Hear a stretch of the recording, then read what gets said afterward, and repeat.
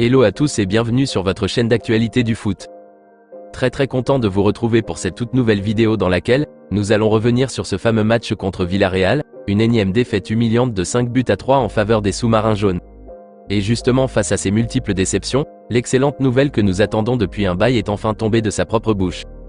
Nous reviendrons en long et en large sur tout ce qu'on a pu constater durant ces centaines de minutes de calvaire, et nous évoquerons les raisons justifiées de cet départ annoncé de Xavi. Donc reste jusqu'à la fin de la vidéo pour ne rien manquer.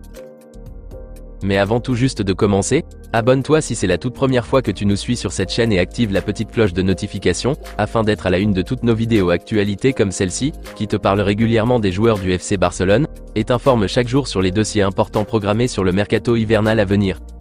Donc n'hésite pas à laisser un gros pouce bleu, à surtout commenter la vidéo et si possible la partager, si bien sûr le contenu proposé t'a vraiment plu.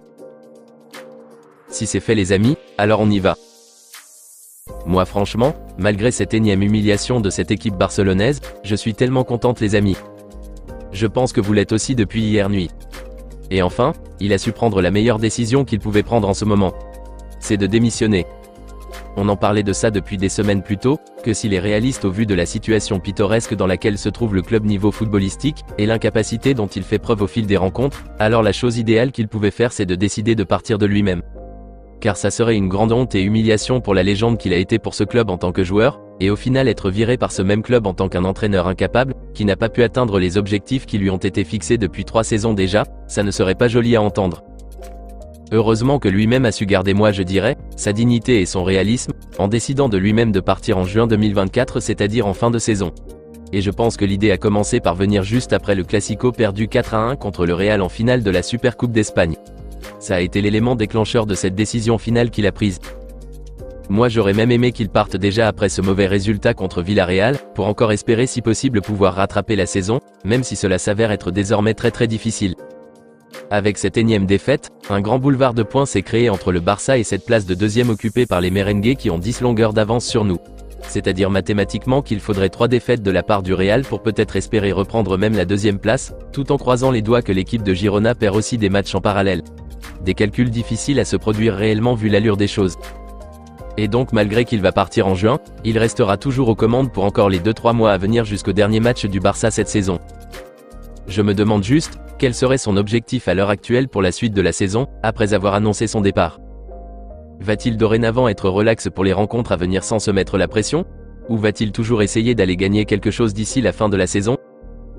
Moi perso, je pense qu'il sera désormais soulagé malgré la grande peine que ce départ peut causer en lui, mais d'un autre côté, il se sentira plus apaisé pour faire face aux prochaines rencontres du Barça. Car la pression était vraiment énorme pour lui. C'est vrai que coacher une si grande équipe comme le Barça a toujours été une pression immense pour tous les entraîneurs qui sont passés, mais moi je pense que les supporters barcelonais avaient posé une forme particulière d'espoir sur lui depuis qu'il est arrivé au banc de l'effectif Blaugrana. Ses débuts reflétaient l'arrivée de la rédemption, mais malheureusement les choses se sont empirées comme pas possible. Et la situation est devenue plus chaotique qu'avant. Ce qui a conduit les supporters à être plus remontés contre lui et à vouloir son départ. Ça c'est moi ma façon de voir les choses. Et Xavi même a affirmé que des propos déplacés et irrespectueux ont été tenus à son égard, ce qui ne lui a vraiment pas plu. Et donc le mieux serait de quitter le navire dès qu'il est temps, avant de se faire noyer. Maintenant je pense les amis qu'il faudrait sérieusement faire la part des choses. C'est vrai qu'on a énormément de choses à reprocher à Xavi et qu'il va partir, mais est-ce lui le seul problème de cette équipe du Barça? Son simple départ réglerait-il tous les problèmes de cette équipe? Non, absolument pas. On est très loin du compte. À part Xavi, les joueurs aussi sont un véritable problème. Comment comprendre que vous arriviez à égaliser et à mener de nouveau au score de 3-2, et qu'en espace de 15 minutes vous prenez 3 buts? C'est vraiment inadmissible. Et ça veut dire tout simplement que Xavi n'est pas le seul coupable. Les joueurs qui sont là sur le terrain et qui doivent normalement défendre les couleurs du club à la maison, sur leur pelouse, sont également fautifs de la situation actuelle. Et moi je veux que la direction filtre cet effectif dès la fin de la saison pour se débarrasser de tous les tocards. Je pense qu'on devrait vendre au moins 3 voire 4 nullards de l'effectif à l'instar de Ferran Torres, qui a raté des occasions de but pas possibles durant ce match, des incompétents comme Sergi Roberto, Marcos Alonso, les Oriol Romeu, à qui Xavi a donné la chance de montrer quelque chose d'appréciable dans cette rencontre, mais absolument rien du tout, et Robert Lewandowski. Moi je souhaiterais que la direction décide de le vendre définitivement en fin de saison. Regardez le match d'hier et dites-moi franchement les amis, si la prestation de Lewandowski encourage-t-elle pour qu'on puisse espérer l'avoir encore dans l'équipe la saison prochaine? Moi je ne pense pas. Et je parie que la majorité des fanatiques et supporters barcelonais seront d'accord avec moi sur ce point. Le Polonais doit prendre la porte dès la fin de la saison. Je préfère largement qu'on mette le jeune Vitor Roque comme avant-centre malgré son inexpérience. C'est mieux que Robert. Le seul attaquant qui s'est encore donné comme pas possible malgré qu'il a manqué de réussite sur certaines actions, c'est le jeune prodige de 16 ans Lamine Yamal. Avec aucune expérience sur la chaîne européenne, c'est ce gosse qui arrive à être dangereux et à essayer de créer des occasions de but lors de ses dernières rencontres importantes du Barça. Robert et Ferran Torres sont eux juste là à rien foutre. Donc il faudrait sérieusement que la direction accepte de faire un balayage complet à la fin de la saison, pour mettre dehors tous les fainéants et tocards du groupe et ainsi instaurer une nouvelle dynamisme et une concentration au top au sein de l'équipe. Et quoi dire de la défense catalane? Franchement, grosse déception de ma part en voyant les multiples erreurs que Ronald Araujo, Jules Koundé et Christensen répètent match après match cette saison. C'est vraiment dommage vu l'efficacité qu'ils ont fait preuve la saison dernière. Celle-ci je ne comprends rien. Je ne sais pas qu'est-ce qui a mal tourné à ce point où ils sont devenus de gros ratés et des maladroits derrière. Pour Jules Koundé n'en parlons même pas. Lui il est maladroit à un point où je n'arrive pas à comprendre. Des fois je comprends ceux qui doutent même de sa place ici au Barça. Christensen lui, on sent qu'il a perdu un peu en confiance cette saison et cela affecte ses performances. Je ne veux même pas évoquer le cas d'Oriol Romeu, car lui sa simple présence dans le jeu du Barça est une honte totale pour le club. Donc passons dessus. Par ailleurs, je crois que l'une des actions marquantes de cette rencontre, c'est l'erreur de Joao Cancelo à la 53e minute de jeu sur le deuxième but encaissé par le Barça. Je ne sais pas s'il avait voulu lober le joueur de Villarreal ou quoi, mais c'est rare de le voir commettre ce genre d'erreur. Peut-être une manque aussi de concentration de sa part. Mais on passe dessus. Donc bref, Xavi va partir en fin de saison. La grande question désormais est de savoir, qui serait le candidat idéal pour le remplacer efficacement?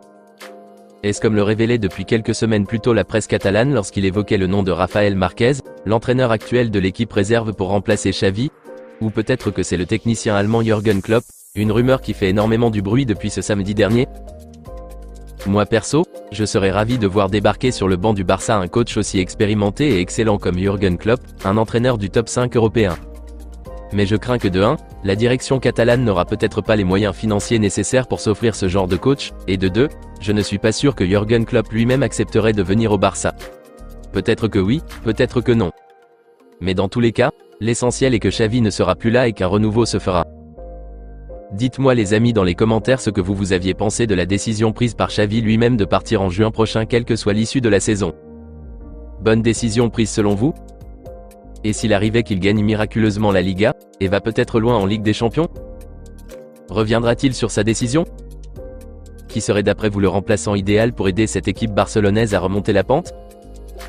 N'hésitez pas à réagir et à débattre sur ces sujets les amis dans les commentaires. Ce match a été tellement calamiteux que, je pense qu'il n'est pas la peine de le noter. Franchement en tant que fan du Barça, cette situation cause des maux de tête à plein de personnes, mais on croise les doigts et on espère fortement que ça va aller les amis. Attitude positive. On se capte très bientôt les amis pour de nouvelles actualités du FC Barcelone. Et n'oubliez pas de vous abonner, de liker la vidéo et la partager, afin qu'elle soit accessible à tous les fanatiques et supporters barcelonais comme toi. À très vite les amis. Affaire à suivre.